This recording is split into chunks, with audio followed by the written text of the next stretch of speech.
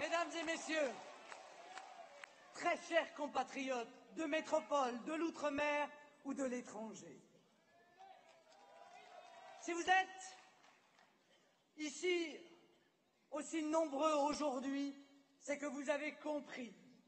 Et l'actualité récente en a apporté une démonstration éclatante que contre la droite du fric et la gauche du fric, je suis la candidate de la France du peuple.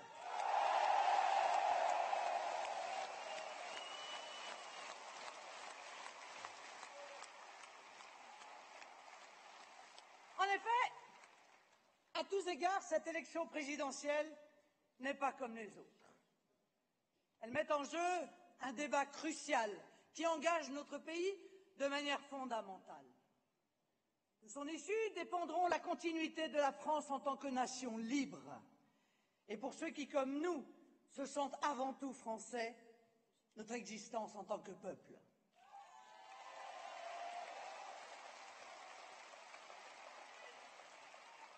Après des décennies d'erreurs et de lâcheté, après des fausses alternances faites de reniement et de laisser aller, de laisser passer, de laisser faire, nous sommes à la croisée des chemins.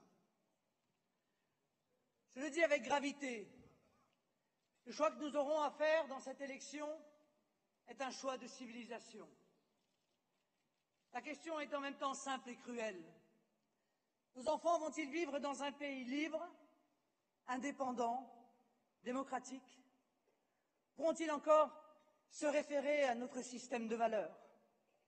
Auront-ils le même mode de vie que nous et nos parents avant nous? Nos enfants et les enfants de nos enfants auront-ils encore un travail, un salaire digne, la possibilité de se constituer un patrimoine, de devenir propriétaire, de fonder dans un environnement sûr une famille, d'être soigné correctement, de s'élever à l'école, de vieillir dignement? Nos enfants auront-ils les mêmes droits que nous?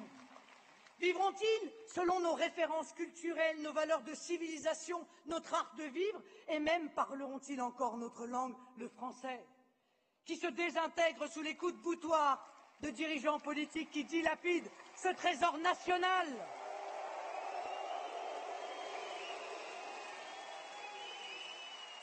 Allant même jusqu'à choisir un slogan en anglais pour promouvoir la candidature de Paris au JO 2024.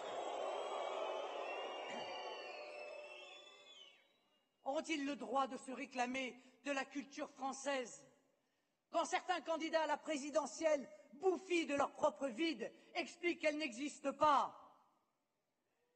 Je pose cette question majeure parce qu'à l'inverse de nos adversaires, je ne m'intéresse pas seulement au patrimoine matériel des Français, mais je veux défendre aussi leur capital immatériel.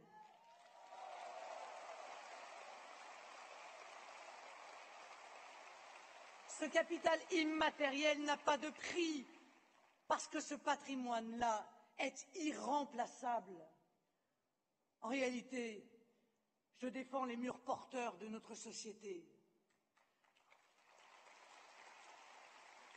Or, chacun en a conscience, tout ceci est aujourd'hui remis en cause. Nos dirigeants ont choisi la mondialisation dérégulée. Ils la voulaient heureuse, elle s'est révélée affreuse. Procédant uniquement de la recherche, par certains de l'hyper-profit, elle se développe à un double niveau. La mondialisation d'en bas, avec l'immigration massive, levier du dumping social mondial, et la mondialisation d'en haut, avec la financiarisation de l'économie. La mondialisation qui était un fait, avec la multiplication des échanges, ils en ont fait une idéologie. Le mondialisme économique qui refuse toute limitation, toute régulation de la mondialisation et qui pour cela affaiblit les défenses immunitaires de la nation, la dépossédant de ses éléments constitutifs, frontières, monnaie nationale, autorité de ses lois, conduite de l'économie, permettant ainsi à un autre mondialisme de naître et de croître, le fondamentalisme islamiste. Ce dernier a grandi progressivement au sein d'un communautarisme délétère, lui-même enfant de l'immigration de masse subie année après année par notre pays. Nous avons, mes chers amis, rempli notre premier acte politique qui est de désigner l'adversaire. Ces deux mondialismes aujourd'hui se font la courte échelle. Le mondialisme financier et affairiste, dont l'Union européenne, la finance et l'essentiel d'une classe politique domestiquée sont les serviteurs zélés. Le mondialisme djihadiste, qui porte atteinte à nos intérêts vitaux à l'étranger, mais aussi qui s'implante sur notre territoire national, dans certains quartiers, dans certains lieux, dans certains esprits faibles.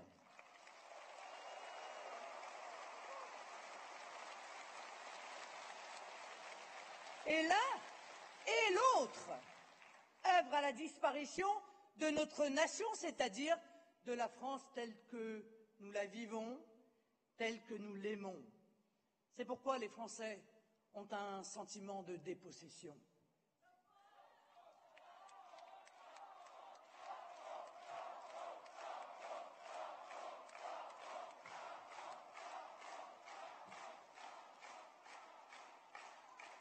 Ces deux idéologies veulent soumettre notre pays.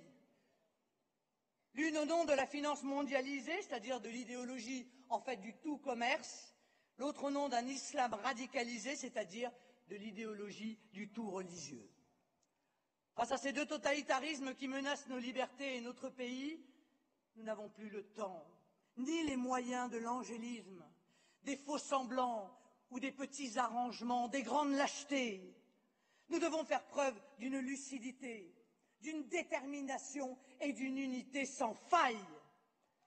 Le mondialisme économique tue par asphyxie, lente, progressive, mais sûre. Le fondamentalisme islamiste nous agresse chez nous par le harcèlement calculé des résistances républicaines, par des exigences incessantes, par des demandes d'accommodement dont aucun ne peut être pour nous raisonnable et donc envisageable.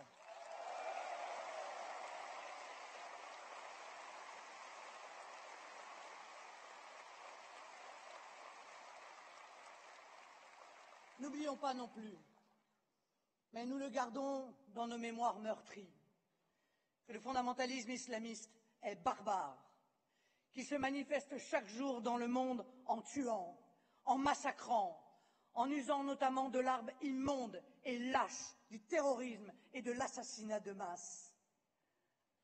Comme dans tous les combats idéologiques, il se trouve chez nous des idiots utiles, des relais, des complices plus ou moins conscients qui, par lâcheté, aveuglement ou cupidité, facilitent ces entreprises d'installation de cette idéologie barbare ennemie de la France.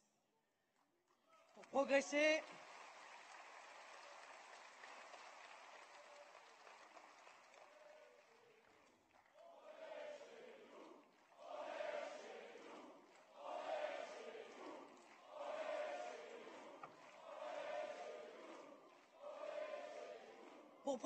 mes chers amis, les tenants de ces deux idéologies mondialistes donnent l'illusion de s'appuyer sur nos principes.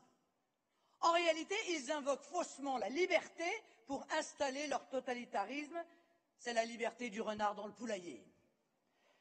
Le premier, le mondialisme économique et financier, invoque la liberté du commerce, la liberté de circulation, la liberté d'installation. Tous ceux qui s'avisent de révéler ces échecs sont taxés d'ignorance, accusés de je ne sais quelle dérive idéologique, frappés d'opprobre moral.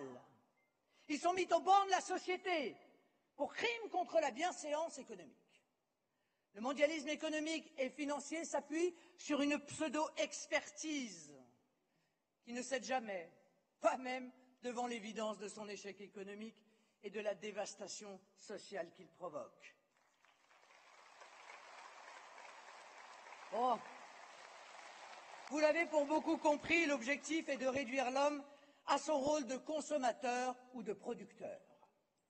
Les pays ne sont plus des nations unies par un élan du cœur, mais des marchés, des espaces où la marchandisation de toute chose et de tout être humain est envisageable, possible, admise et même organisée. Les peuples ne sont plus que des populations. Les frontières sont effacées, comme avec Schengen, pour faire de nos pays des halls de gare, où tout un chacun est libre de venir et de rester, et par le nombre participer au nivellement des protections sociales, à la baisse des salaires, ainsi qu'à la dilution culturelle dans un plus petit dénominateur commun mondial.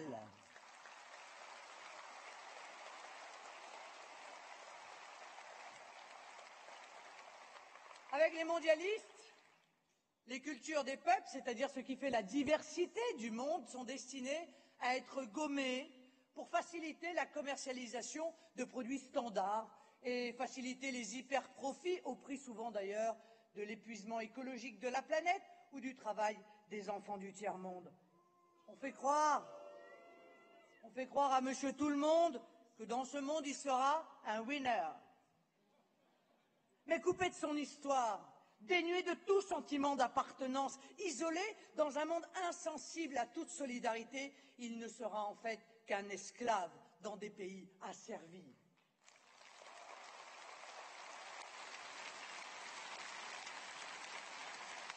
Je vous l'ai déjà dit 100 fois, cette vision du monde revient à faire fabriquer par des esclaves pour vendre à des chômeurs. Ce monde où l'économie est une fin en soi et l'homme un simple outil à son service, nous plonge dans l'ère des nomades, de l'éphémère, du court-termisme, du jetable, bref, un monde artificiel et profondément déshumanisé. Le droit des gens, leur situation sociale, leur bien-être, l'environnement où ils vivent deviennent la variable d'ajustement des intérêts des grands groupes et de la caste. La nation, elle, est pour eux une barrière non tarifaire. À leurs yeux, le pays est un espace géographique ouvert où la seule exigence se limite au vivre ensemble, c'est-à-dire à l'injonction faite à des communautés qui n'ont précisément pas demandé à vivre ensemble de ne pas s'agresser entre elles.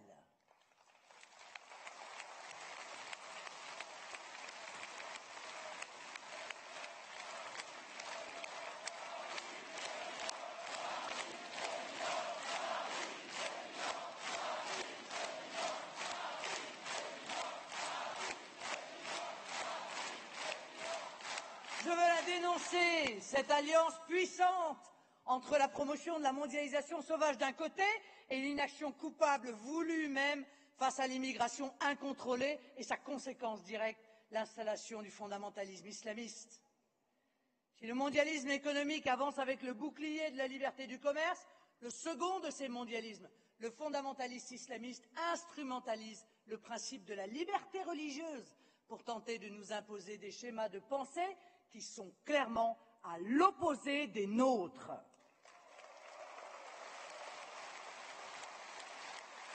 Et le laxisme, la faiblesse d'âme de nos dirigeants ont été une hormone de croissance à cette idéologie qui a encore essayé de semer la mort au Louvre il y a 2 jours. Permettez-moi à cette occasion de rendre un hommage appuyé à nos soldats, nos policiers, nos gendarmes qui nous défendent, parfois au péril de leur vie, qu'ils en soient sincèrement remerciés.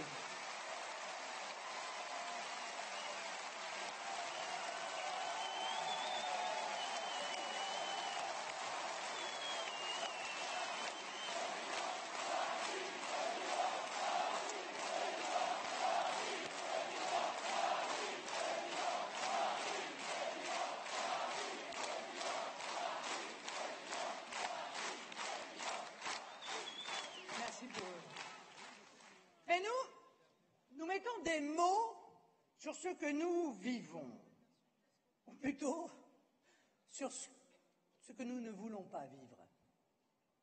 Nous ne voulons pas vivre sous le joug ou la menace du fondamentalisme islamiste.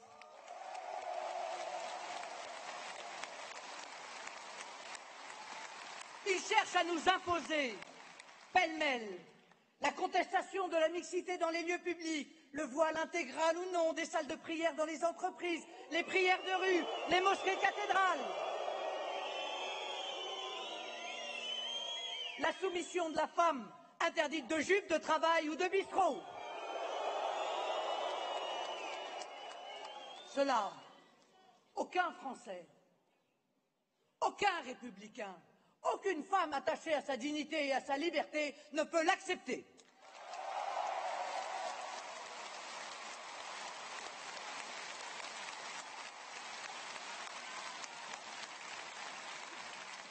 Pour progresser, l'islamisme radical brandit une prétendue islamophobie. En trouvant chez les professionnels de la repentance anti-française, chez les islamo-gauchistes, chez les tiers-mondistes nostalgiques, chez les bobos, ou parfois même chez certains juges, un soutien irresponsable. Mais derrière ces deux idéologies se profile inexorablement l'asservissement des personnes.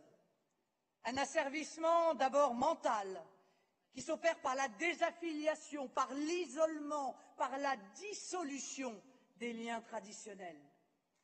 Le mondialisme économique professe l'individualisme, l'islamisme radical, le communautarisme. Le mondialisme s'appuie, on le voit, sur la négation des valeurs sur lesquelles la France s'est construite et sur les principes dans lesquels l'immense majorité des Français se reconnaissent encore. La prééminence de la personne et donc son caractère sacré. La liberté individuelle et donc le consentement individuel. Le sentiment national et donc la solidarité nationale. L'égalité des personnes et donc le refus des situations de soumission. Ces principes pour lesquels nous nous battons sont affirmés dans notre devise nationale, liberté, égalité, fraternité, qui procède elle-même d'une sécularisation de principes issus de notre héritage chrétien.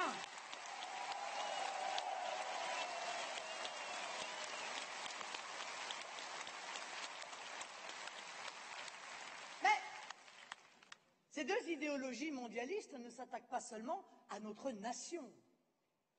L'une et l'autre s'attaquent aussi à notre République, en mettant en cause son indivisibilité. Nous le savons, la subversion est l'art de dissuader ses adversaires de combattre. Moi, je vous le dis, ne nous laissons pas abuser, ne nous laissons pas subvertir, ne nous laissons pas intimider. La réponse n'est pas technicienne, mais régalienne. C'est pourquoi nous appelons au réarmement moral du pays et au sursaut des énergies nationales. Nous appelons à la résistance et à la reconquête. Face au grand péril, le salut n'est que dans la grandeur, écrivait le général de Gaulle dans ses mémoires de guerre. Il n'y a rien pour nous de plus beau que la France. Il n'y a rien pour nous de plus grand que la France. Il n'y a rien pour nous de plus utile au monde que la France.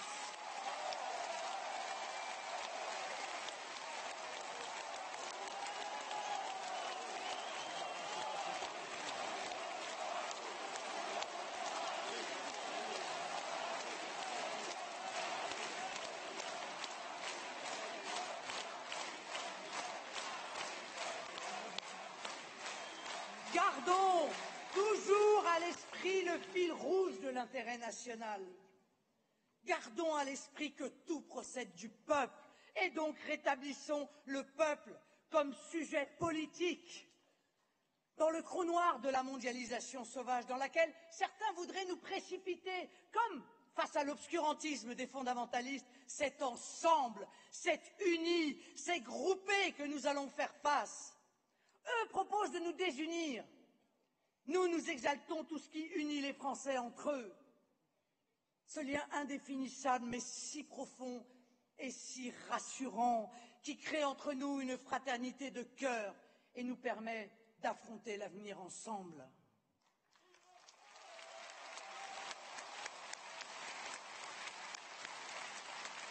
Ne perdons jamais de vue que nous sommes un grand peuple.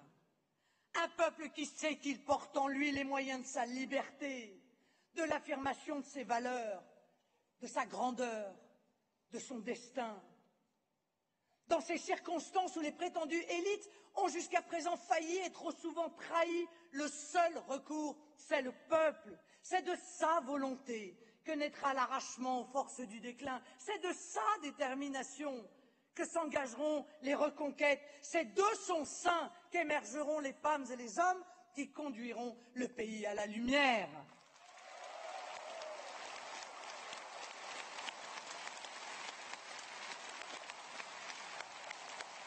Je dis aux Français qui nous écoutent et qui nous regardent, le sort de la France est entre vos mains. C'est la raison pour laquelle j'ai frappé ma candidature du sceau du peuple, en prenant cet engagement solennel devant les Français, un engagement que nos militants affichent sur les murs de France au nom du peuple.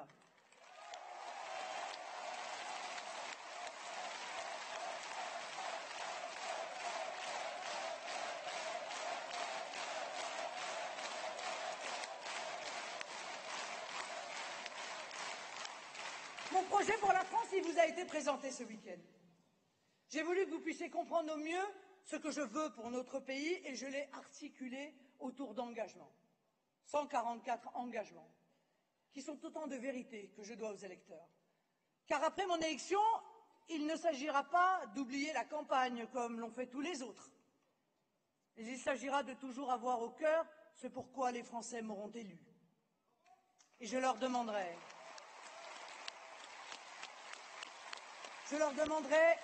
sans crainte de vérifier un par un que ces engagements sont tenus. C'est ce que j'appelle la démocratie de contrôle. Car sans contrôle, pas de démocratie. Sans contrôle, mais il ne sert à rien de s'adresser au peuple. Et quand on fait sa campagne au nom du peuple, c'est à lui que chaque jour, une fois au pouvoir, on revient. Ce projet, il est aussi une œuvre collective dont je tiens à remercier les contributeurs, au premier rang desquels Jean Messia, qui en fut le coordinateur, les collectifs, les CAP, les Horaces, comme les nombreuses collaborations internes et externes. Ceux qui le liront seront frappés par sa cohérence et son équilibre. Ils seront frappés par son pragmatisme et sa modernité. Ils seront frappés par sa résonance avec le grand mouvement historique que connaît aujourd'hui le monde.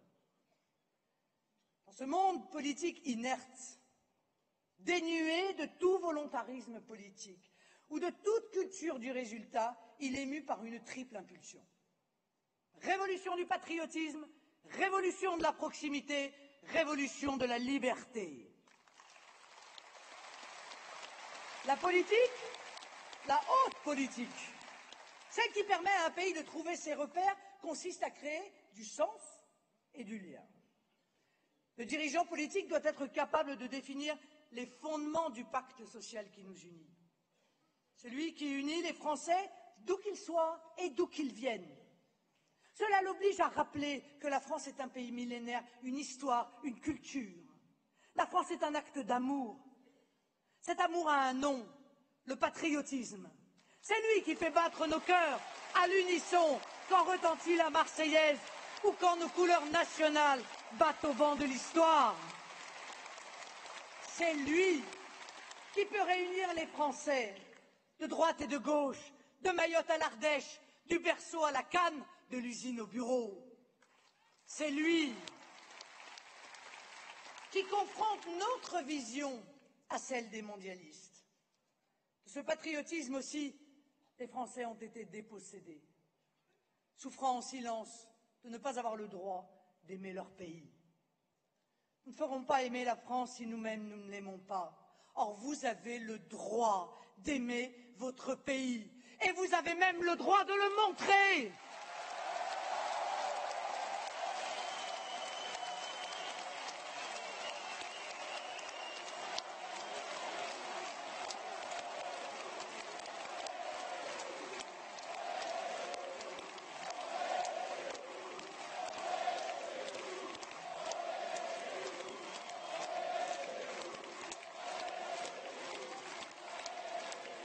Nous croyons qu'il est temps de revivifier le sentiment national.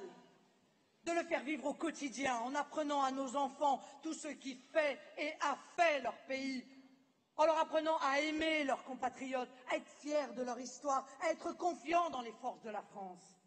Nous voulons que chaque Français, dans ses projets ou ses difficultés, puisse se sentir soutenu par la communauté nationale et appuyé par un État attentif et bienveillant.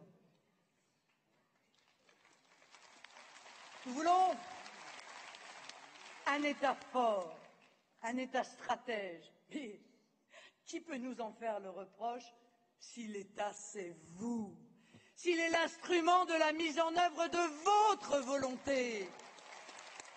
L'État est au service de la nation, c'est-à-dire au service de notre projet collectif, mais aussi au service des citoyens, notamment en garantissant au meilleur coût des services publics de qualité. Nos prestations sociales, parce qu'elles sont distribuées à ceux qui viennent du monde entier, sont en passe de ruiner nos systèmes sociaux au détriment de nos compatriotes en difficulté et particulièrement des femmes, déjà victimes directement de la loi El Khomri qu'il faudra supprimer.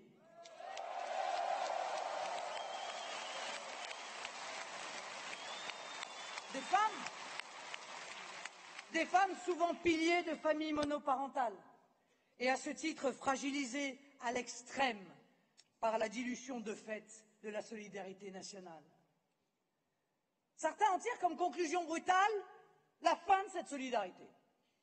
Moins d'indemnisation en cas de chômage, moins d'hôpitaux, moins de santé, moins de protection, plus de travail, moins de revenus, moins de retraites, plus d'impôts, moins de services.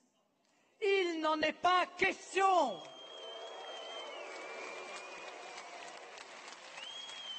Parce que nous ne pouvons pas dire que nous sommes patriotes si nous ne défendons pas la solidarité nationale, c'est-à-dire le témoignage d'une solidarité fondamentale entre Français.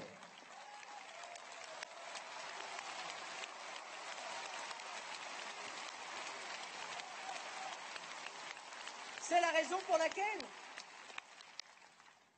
pour laquelle, dans le logement social, l'emploi, nous établirons la priorité nationale. Ce principe sera inscrit dans la Constitution.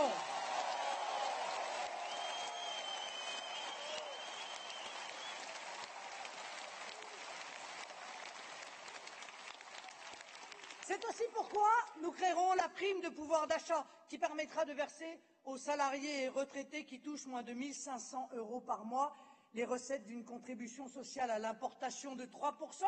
C'est ainsi en moyenne 1 000 € par an qui viendront soulager chacun de ces travailleurs et retraités modestes quand ils ne sont pas carrément pauvres.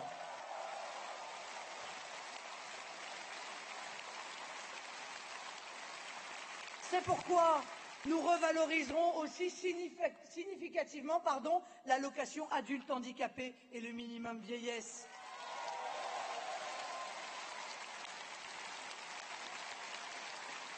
C'est pourquoi nous créerons une protection logement jeune en revalorisant de 25 % l'aide au logement des jeunes jusqu'à 27 ans et que nous aiderons résolument les familles.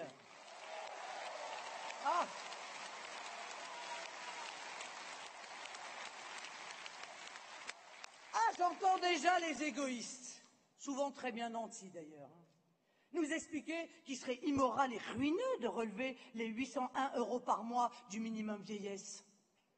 J'entends déjà les politiques et leurs cautions, certains économistes bien choisis, les sachants, les experts de pacotille, nous expliquer d'un ton péremptoire que c'est contraire à la science économique.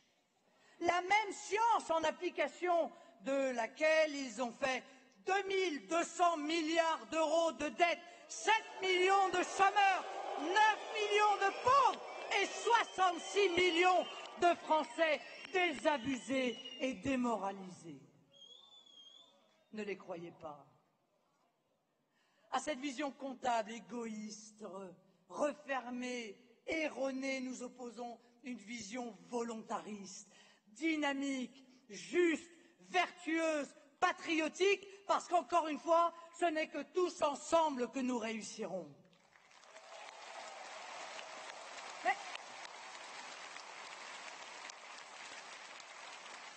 Mais le patriotisme suppose aussi un pays qui se respecte, et donc un pays qui se fait respecter. À ce titre, nous appliquerons le principe selon lequel un étranger clandestin ne pourra jamais être régularisé et a fortiori jamais naturalisé.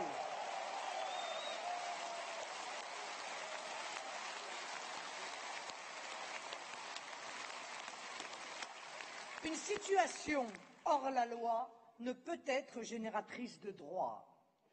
L'AME sera supprimée.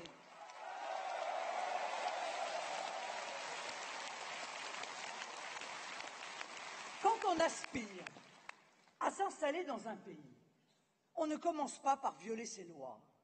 On ne commence pas par réclamer des droits. À tous, et notamment aux gens de toutes origines et de toutes confessions que nous avons accueillis. Je rappelle, parce que cela va sans dire, mais cela va mieux en le disant, il n'y a pas et il n'y aura pas d'autres lois et valeurs en France que françaises.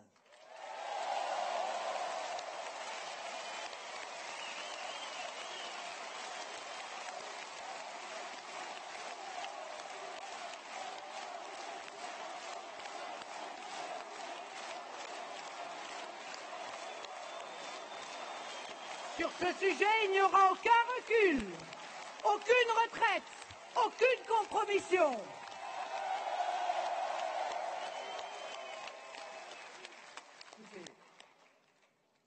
Ceux qui sont venus en France, c'est pour trouver la France, pas pour la transformer à l'image de leur pays d'origine, ou alors s'ils voulaient vivre comme chez eux, il leur suffisait de rester chez eux.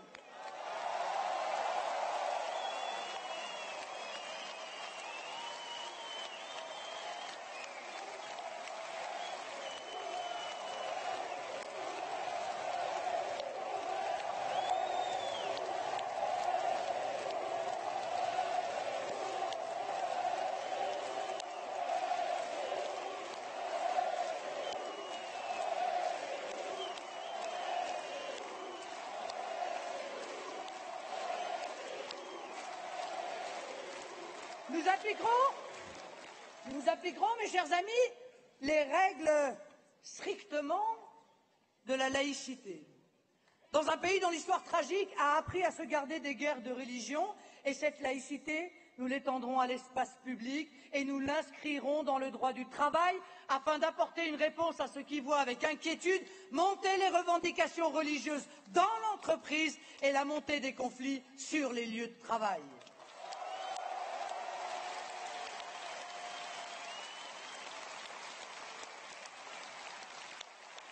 Pour tous les enfants de France, nous voulons restaurer à l'école le roman national que des dérives jargonnantes et pédagogistes ont relégué. Nous ne voulons plus que l'État laisse se propager la haine de la France. Nous voulons une école publique ou privée qui transmette aux futurs citoyens la maîtrise de notre belle langue et l'amour de notre culture.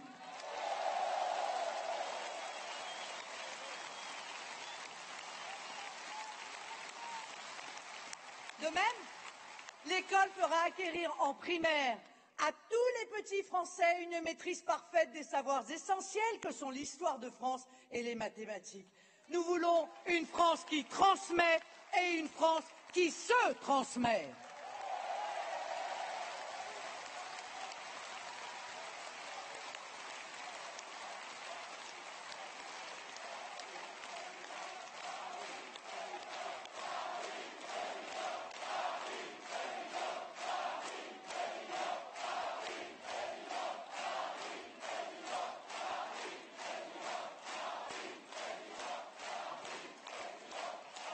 Dans le prolongement, nous inscrirons dans la Constitution la défense et la promotion de notre patrimoine historique et culturel.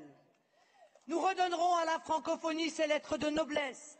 Nous protégerons nos bâtiments nationaux, mais aussi nos entreprises stratégiques de la captation et de la spéculation étrangère.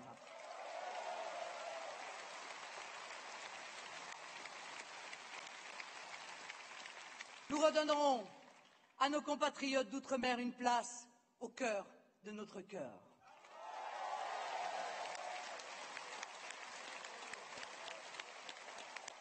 Enfin, pour renforcer le sentiment d'appartenance et de solidarité, nous instaurerons un service national civil ou militaire de 3 mois pour les garçons et les filles.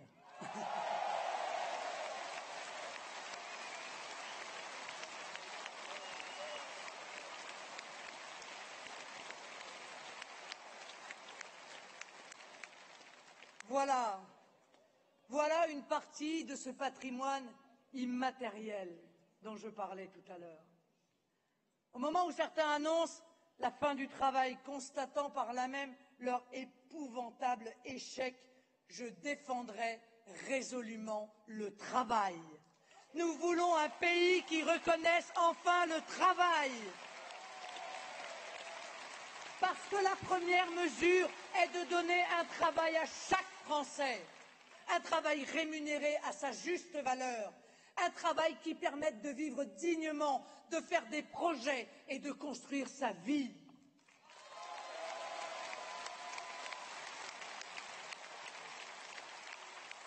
Le travail, nous l'encouragerons et le récompenserons par le maintien des heures supplémentaires majorées que mes adversaires veulent supprimer et l'instauration de leur défiscalisation.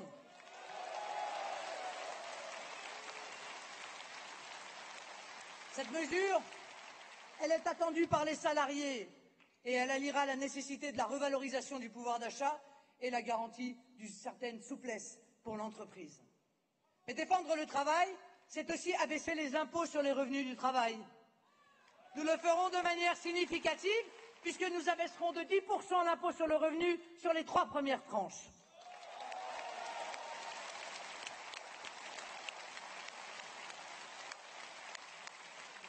Notre projet, vous l'avez compris, est un projet empreint d'une grande force, la force des équilibres.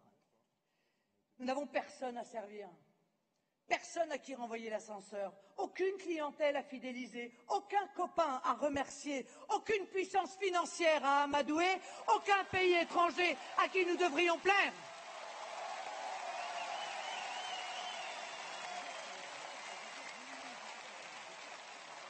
Nous sommes libres. Nous sommes libres d'un projet où le peuple est central, en même temps cause et sujet. Et chaque Français est libre de trouver sa place, construire sa vie et montrer son génie. La deuxième révolution que nous voulons engager est celle de la proximité. Nous sommes pour le local contre le global.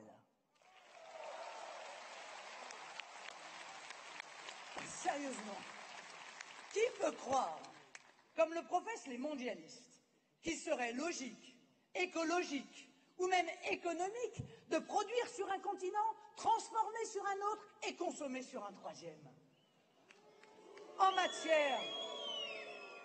matière de production, oui, nous souhaitons privilégier les circuits courts qui supposent la réorganisation et la maîtrise de nos filières de production, la relocalisation de nos circuits de transformation et l'organisation de filières éthiques de distribution. Pour les producteurs, c'est l'assurance de juste prix. Pour le consommateur, c'est la garantie de la provenance et donc de la qualité. Et pour tous les Français, c'est l'assurance de la sécurité alimentaire et donc de la santé de soi-même et des siens.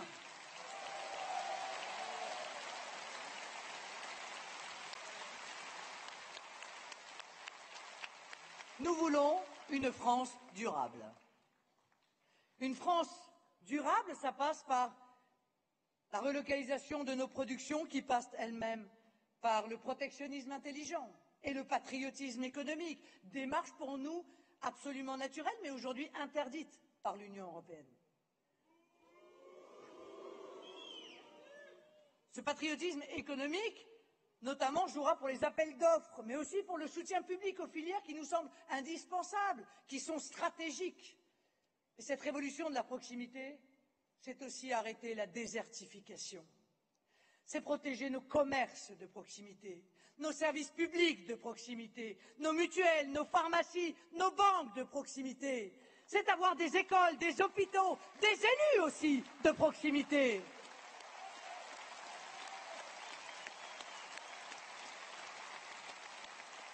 C'est donc lutter contre un certain nombre de projets fous, visant par exemple à passer de 35 000 à 6 000 le nombre de communes, supprimant évidemment la relation privilégiée entre les administrés et leurs maires.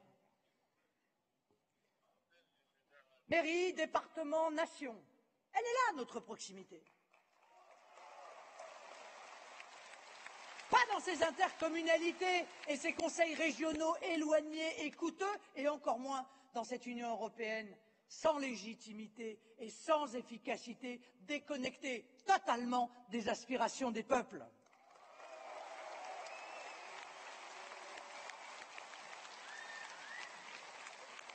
Là encore, mes chers amis, pardon, mais cette démocratie de proximité, elle est la seule, en réalité, qui permette votre contrôle. Et le contrôle ne peut s'exercer si vous êtes sans voix. Alors je rendrai la parole au peuple. Parce qu'en démocratie, seul le peuple a raison et personne n'a raison contre lui. Nous instaurerons donc un référendum d'initiative populaire.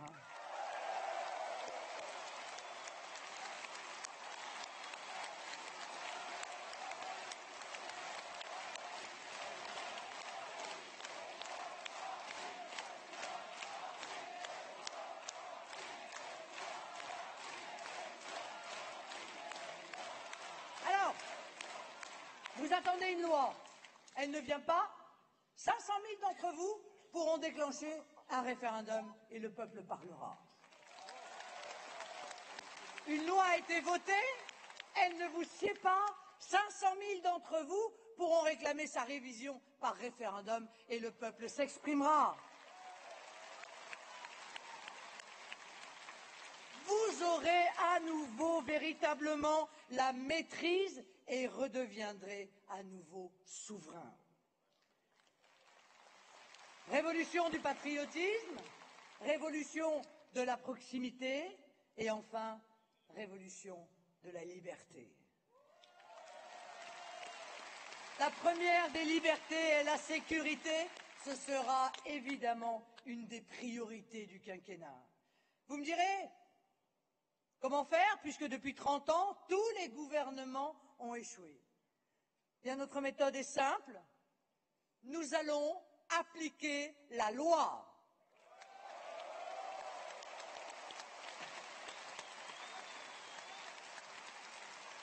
Parce que, comme le disait le cardinal de Richelieu, faire une loi et ne pas l'exécuter, c'est autoriser la chose que l'on veut défendre.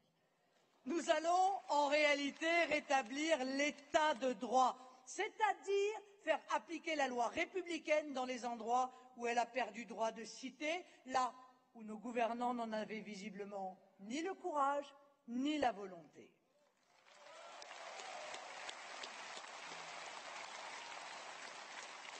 Nous allons enfin en finir avec l'impunité des délinquants.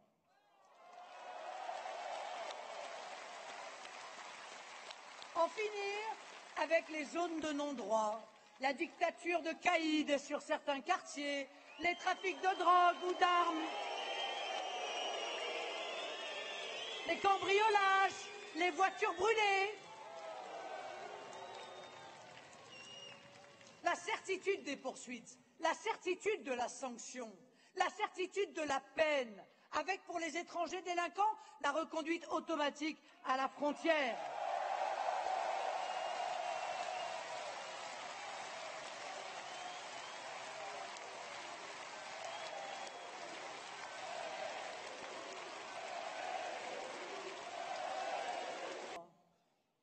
N'acceptez pas que vos enfants vivent dans la peur, dans cette violence quotidienne dont ils sont les premières victimes, parfois même au prix de leur jeune vie.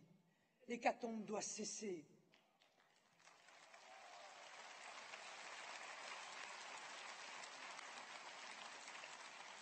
Pour l'exercice de leur mission si importante pour le pays, nous redonnerons à nos forces de sécurité les moyens humains et matériels, de même que le soutien et les instructions nécessaires.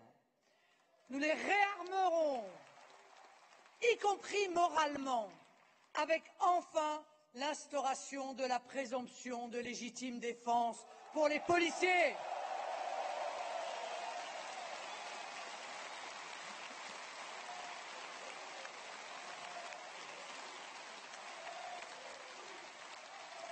Nous ouvrirons les places de prison qui conviennent, nous conclurons des accords avec les pays d'origine pour que les délinquants étrangers effectuent leur peine de prison dans leur pays d'origine.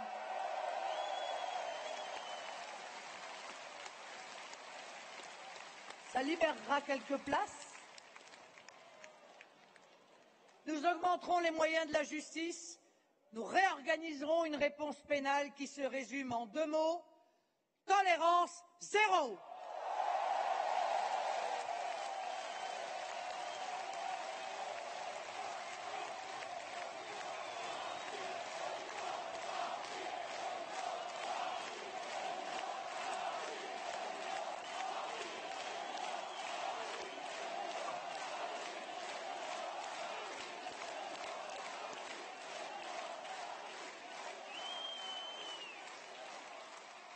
En matière de terrorisme, nous n'entendons pas demander aux Français de s'habituer à cette horreur.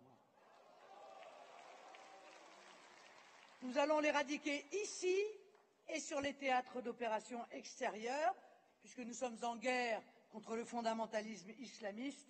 Nous appliquerons aux ennemis de la France les dispositifs légaux de l'état de guerre.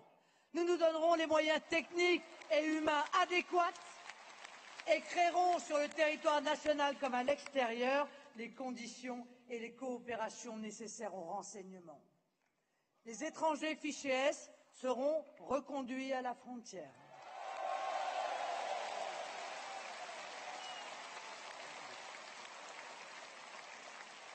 Les binationaux fichés S seront déchus de leur nationalité française.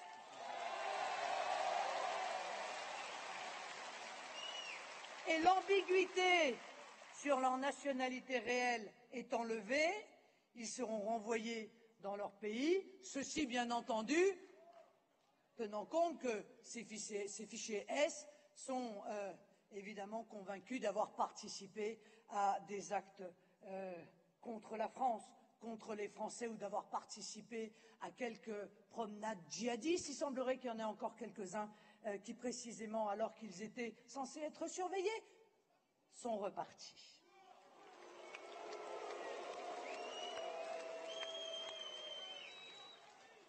Quant aux Français fichés S, eh bien, ils seront poursuivis pour intelligence avec l'ennemi et frappés, après leur peine de prison, d'indignité nationale.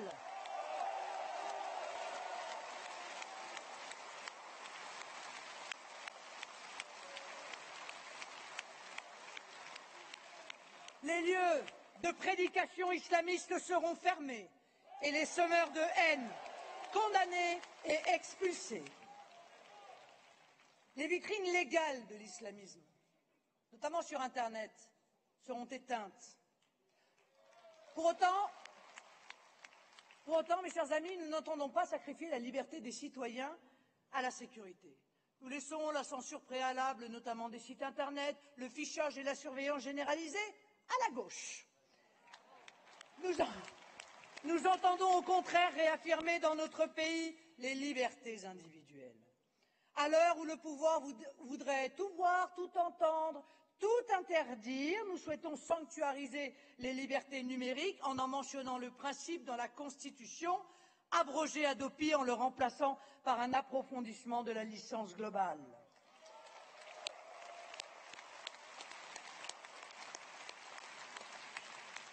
Nous souhaitons également protéger les citoyens contre les menaces de fichage numérique. La liberté est aussi celle d'entreprendre, de créer. Nous souhaitons un État régalien, un État stratège. Ce sera un État modernisé, restauré dans ses moyens et respecté dans ses décisions. Il ne s'agit pas là de concevoir un État omnipotent et omniprésent, mais un État protecteur, un État garant des justes équilibres, un État qui garantisse à chacun l'égalité de chances pour créer un environnement économique favorable. C'est notamment la réforme totale du RSI, Vous savez, le serial killer des indépendants.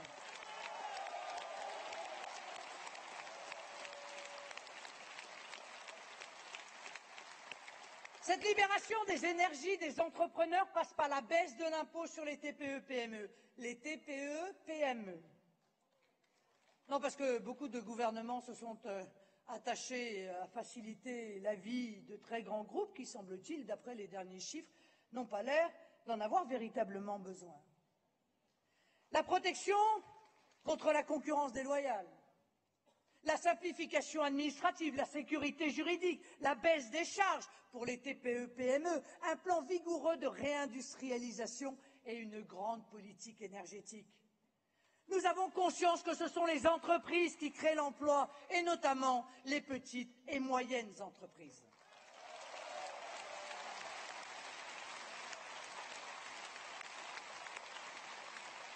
Avec elles, par des synergies intelligentes, en encourageant la recherche, l'innovation, les transferts de technologies et l'exportation, nous nous attaquerons au chômage par la création d'emplois durables.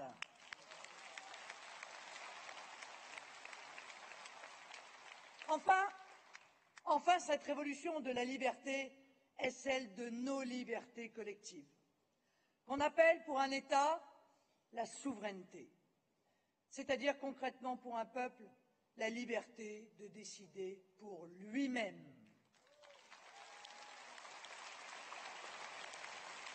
Soyez conscients, mes chers amis, que ce combat pour la souveraineté est premier, principal, essentiel, cardinal. Il conditionne tout le reste. Sans souveraineté, pas de protection possible, pas d'action possible. Sans souveraineté, un projet devient une promesse mensongère. Les adversaires prétendent contrôler les frontières, revenir sur le droit du sol, empêcher l'immigration, lutter contre la concurrence déloyale. Ils vous mentent. En refusant de s'affranchir du carcan de l'Union européenne, qui est décisionnaire sur ces sujets, ils s'interdisent toute inflexion, même mineure. Pire, en restant dans l'euro, ils plombent notre économie, entretiennent le chômage de masse et donnent à l'Union européenne le moyen de pression, le couteau, vous savez, dans les côtes, pour imposer leurs vues, leurs directives ineptes et leurs millions de migrants. Or, chacun en convient, l'Union européenne est un échec. Elle n'a tenu aucune de ses promesses, et tout particulièrement sur la prospérité et sur la sécurité. Et pire, elle nous a mis sous tutelle, tenus en laisse courte. Mais qui pourrait se satisfaire de ne rien faire devant un système qui nous enchaîne, qui ne fonctionne pas, et pire, dont les dysfonctionnements nous ruinent?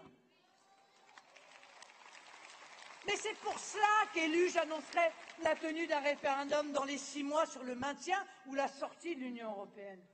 Et j'engagerai immédiatement, avec nos partenaires européens, dont beaucoup, croyez-moi, aspirent comme nous à la souveraineté, une renégociation avec ce système européiste tyrannique qui n'est en l'état plus un projet, mais une parenthèse et objectivement, je l'espère, un jour, un mauvais souvenir.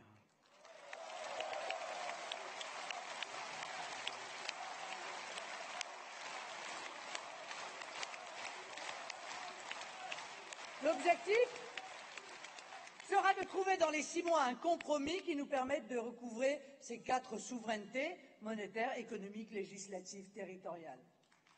Si l'Union européenne ne se soumet pas, alors je demanderai aux Français de voter au référendum pour se démettre de ce cauchemar et redevenir libres.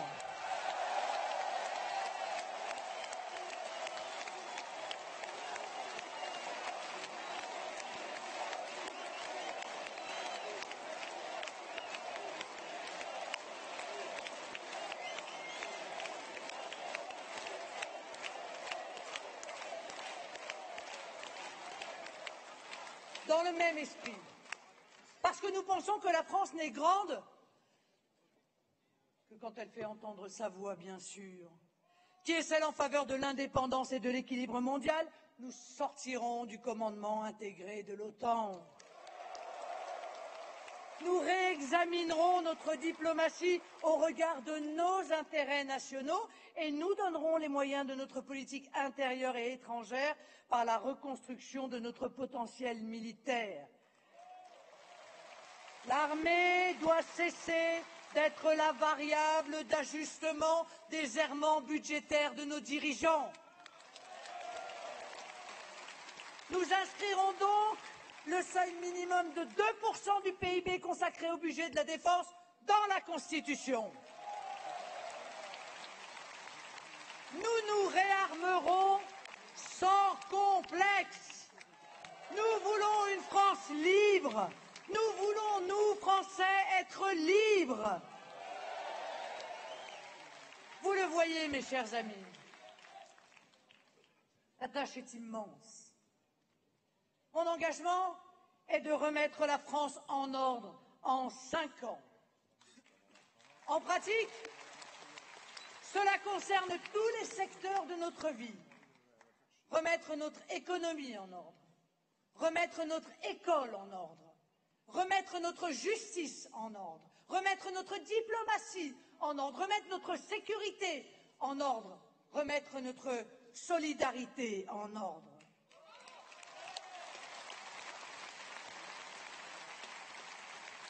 Et pour ce faire, nous avons besoin de tout le monde.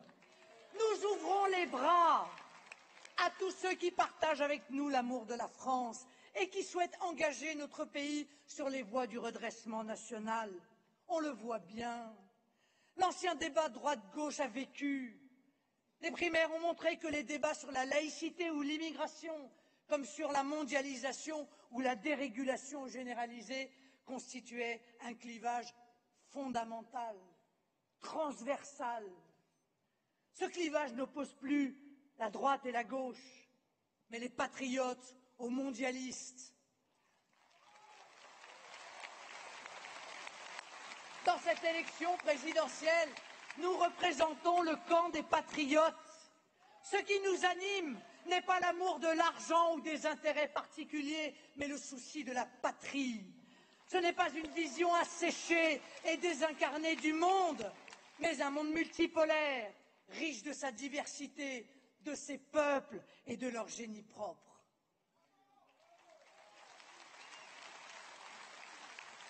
Nous engageons tous les patriotes de droite et de gauche à nous rejoindre, élus ou simples citoyens, d'où que vous venez, quel qu'ait pu être votre engagement, vous avez votre place à nos côtés.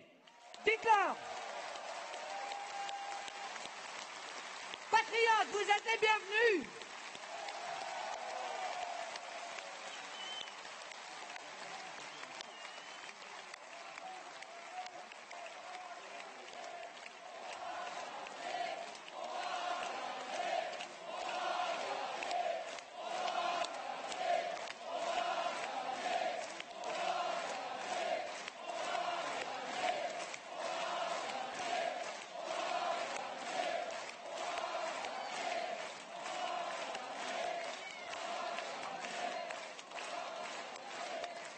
Mais oui, mes chers compatriotes, parce que l'effondrement des partis traditionnels et la disparition un à un de la quasi-totalité de leurs dirigeants montrent que la grande recomposition politique a commencé, avec ceux qui nous rejoindront au cours de la campagne de premier tour, avec ceux qui nous rejoindront entre les deux tours et ceux qui nous rejoindront après la victoire. Nous formerons une majorité présidentielle et après les législatives, un gouvernement d'union nationale.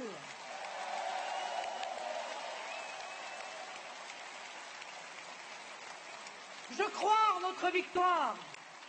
J'y crois parce que je sais qu'une immense majorité des Français partagent notre choix et notre vision de l'homme et de la nation.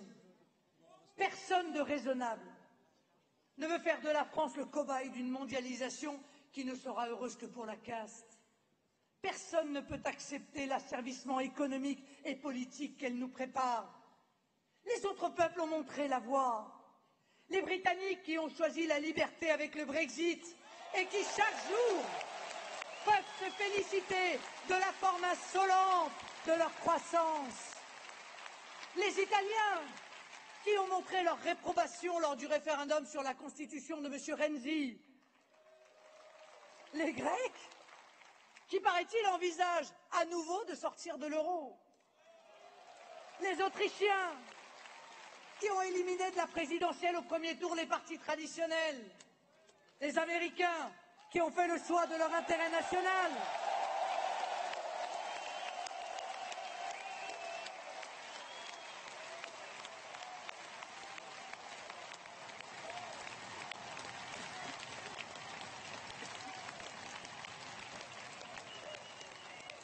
Ces nations ont montré que le réveil des peuples contre les oligarchies peut devenir une réalité et que, comme le symbolise notre belle rose bleue, l'impossible devient possible.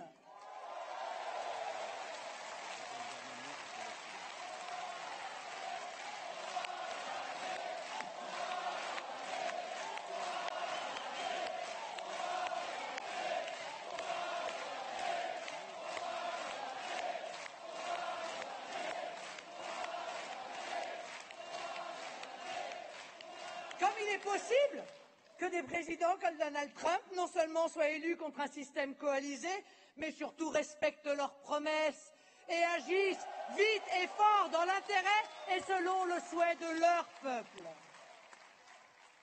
Vous le voyez, mes chers amis, comme le proclamait Victor Hugo dans l'année terrible après la défaite de la France, nous n'avons pas encore fini d'être Français.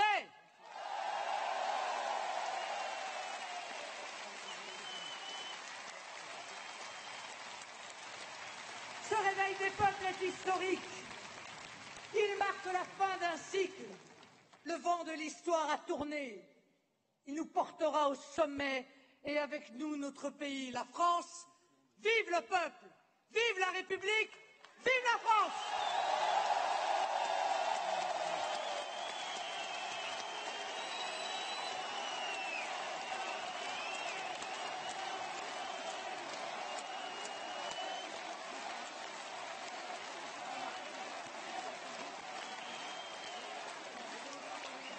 Et un salut fraternel et chaleureux à tous ceux qui nous suivent des salles de retransmission et qui sont très nombreux.